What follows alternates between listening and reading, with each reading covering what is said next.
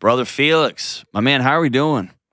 I'm all right, man. It's good to speak with you, Dr. John. It's such an honor. Hold on, you're not all right. A bomb just went off in your neighborhood, man. Yeah, it's pretty intense. All right is kind of a blanket statement. I know. You don't have to do that with me. Okay. Yes, sir. And don't say yes, sir. Jeez Louise. Kelly's the old one here, not me. Well, it is such an honor to talk with you. You know, I've been a listener for many, many years. Your wisdom and your advice has gotten me through a lot of tough times in my life. So thank you so much. It's an honor to talk to you. You're a blessing. I appreciate you. You're a blessing, absolutely. Give me a picture on the ground, man. Asheville, North Carolina is one of probably the top 2 or 3 favorite places in the United States for me. And it's a retreat for me and my wife. And my understanding is that largely doesn't exist right now. Yeah, it's pretty rough here.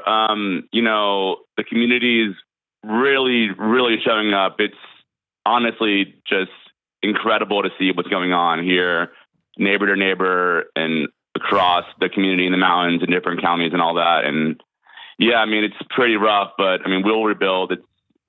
You know, us mountain folks are very resilient, so we'll figure it out in time. It's going to take a long time to rebuild, but we'll get there. I wouldn't wish what happened to you guys on anything, on anyone, right? Yeah. And I grew up in Houston, so this kind of stuff was not regular, but man, we had some doozies too.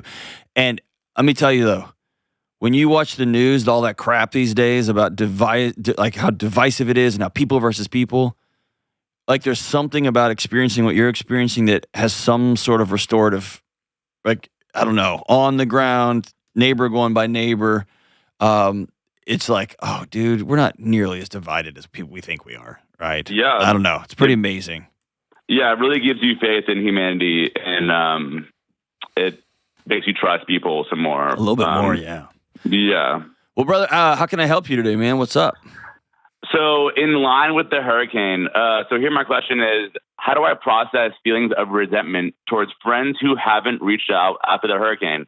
You know, like everybody in my life, including friends from 15 years ago, and like different versions of me, have reached out and like said, hey, are you okay? Are you safe? I just need to know, like, are you good? And, you know, even people who are locally and live different counties who aren't really as affected haven't reached out. Close friends of mine from college haven't reached out. And I find myself really like building these weird resentments, and I totally embody one of your sayings, guilt over resentment, but I'm having a hard time really kind of seeing how that applies here. You know, life in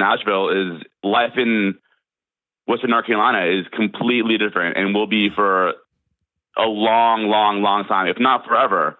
I mean, people are missing, people are, you know, gone, communities, businesses, art studios. It's very different. Yeah. And I'm just not sure how to look past that. I don't think you look past it as much as you accept it. And here's what I mean by that. There's an old proverb that I finally sat down and confronted my anger, and she took off her mask and revealed herself as grief. I think that the worst of the worst has happened. And those friends, the people that you had psychologically leaned on as, if something ever goes down, I got these guys. They're not there. Yeah. And random people from middle school called you, right? I find myself, anytime there's a tragedy, I find myself going through my phone and finding anybody and just being like, are you all right? Like, if you're in my phone, I need to know you're okay. It's a weird thing I have.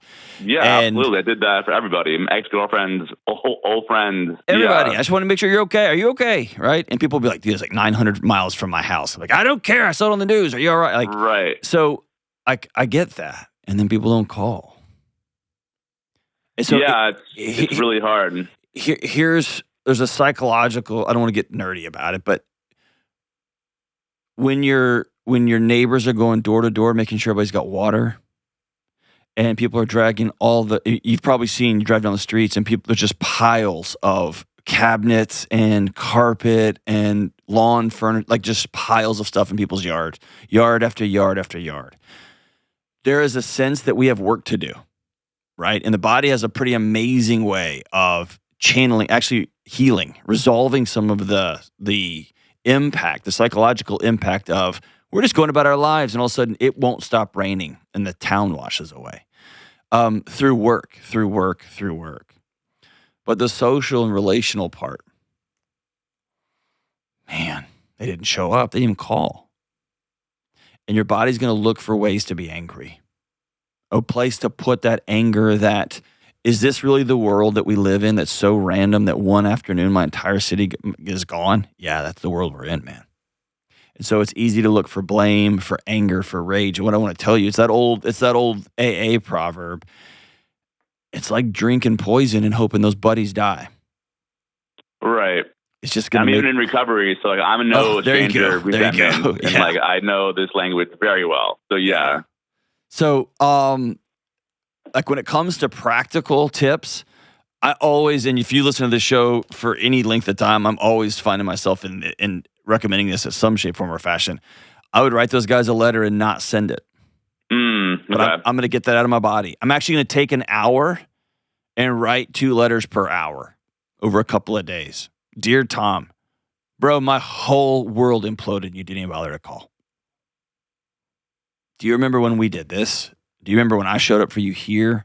And it's not a reinforcement mechanism as much as psychologically grounding yourself in this word that none of us want to sit in, and that's reality. This is the truth. Right. One afternoon, my town got washed away, and you didn't even bother to call and see if I was okay. Very real. Yeah, I appreciate that. Like, you just drop your shoulders in that. Yeah, I definitely did. It just like you didn't show up. And I now know where my energy is going to go moving forward. Yeah, and that's an interesting piece too. You know, like even people who like I see on a day-to-day basis, like they're like who live maybe a little bit outside Asheville. Like, so I didn't have power or water or internet. I got internet back yesterday. I didn't have power or water for like 17, 18 days. Living in the dark, living alone on top of that was really, really rough, really intense. And some people I know who I consider brothers, consider very close to me, who weren't affected at all. Their jobs are intact. Water, power, resources, all intact. Just didn't really show up the way I've shown up for them in the past, or like, you know, I thought they would have, like, when I needed it, I could lean on them. Not the case at all. And it's not a tit for tat thing, but it's like, wow, like this was a life altering, region altering, like generational, like catastrophe. Yeah, but let me throw this out there too, Felix. You're also spending a lot of energy by yourself with no distraction for the first time, probably in years, maybe even in your lifetime. Yeah. No internet, no TV, no light to read by at night, just you and your thoughts. And if that gets thrust upon you, it's really easy to sit there and begin to create stories. And what you don't know is if those buddies texted and called and texted and got in their cars and drove and they faced roadblock after roadblock and had to turn back and had to turn back and had to turn back. Right. And they may have reached out 1,000 times. And they may have heard from a friend of a friend, no, Felix is all right. I checked in with him. I went and saw him. He's good. And they were like, oh, thank God. And they're waiting for you to reach out that the power's back on. Right. Right? So here's the thing. You're literally creating a story in your mind, and then you're trying to solve for that story.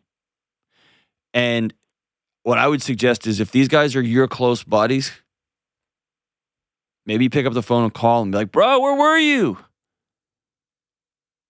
I would hope that my closest ride or dies would give me that before they cast judgment on me, they would at least reach out. I can appreciate that. Yeah. And just be like, bro, you didn't show up. And if they say, dude, I had my own crap. All right, then they're letting you know their true colors. Exactly. But you might hear, dude, we went to hell and back trying to find you.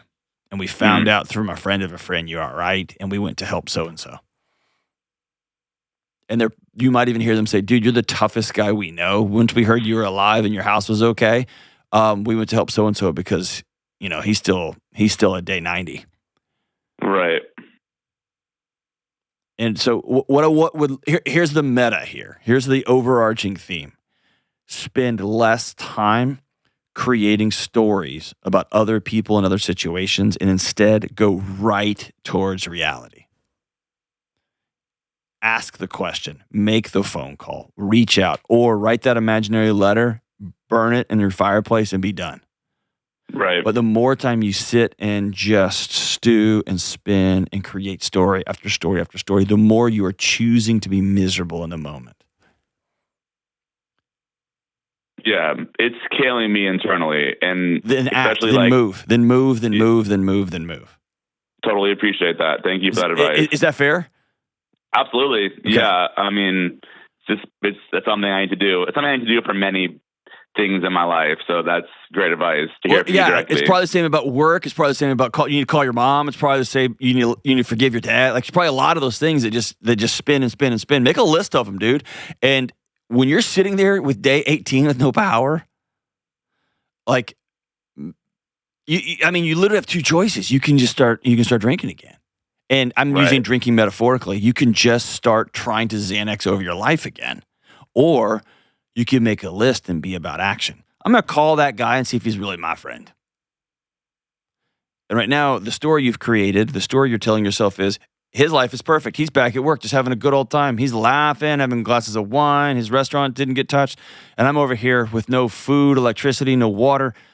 Maybe, but maybe not. So I'm going to call you. You're my good ride or die friend. I've shown up for you. I'm going to call you. Maybe he was so scared he didn't know how to even pick up the phone. And because you love him and you have a long 20-year history with him, you might pick up the phone and say, dude, the next time my city gets washed away, I expect you to be on my front porch. I don't care if you're scared or what. And he's like, all right, you got it. I failed you. I'm back. And that's forgiveness. Or maybe some of these buddies are just lame. They're just scumbags, dude. They didn't show up. Oh, forget it. Oh.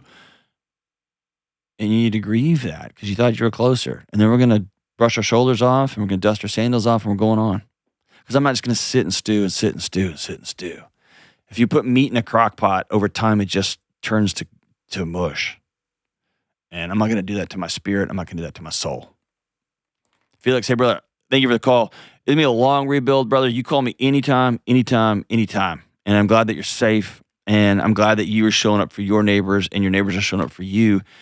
We are praying for you guys there in Asheville and hope you'll reach out if y'all need anything. Blessings, my brother.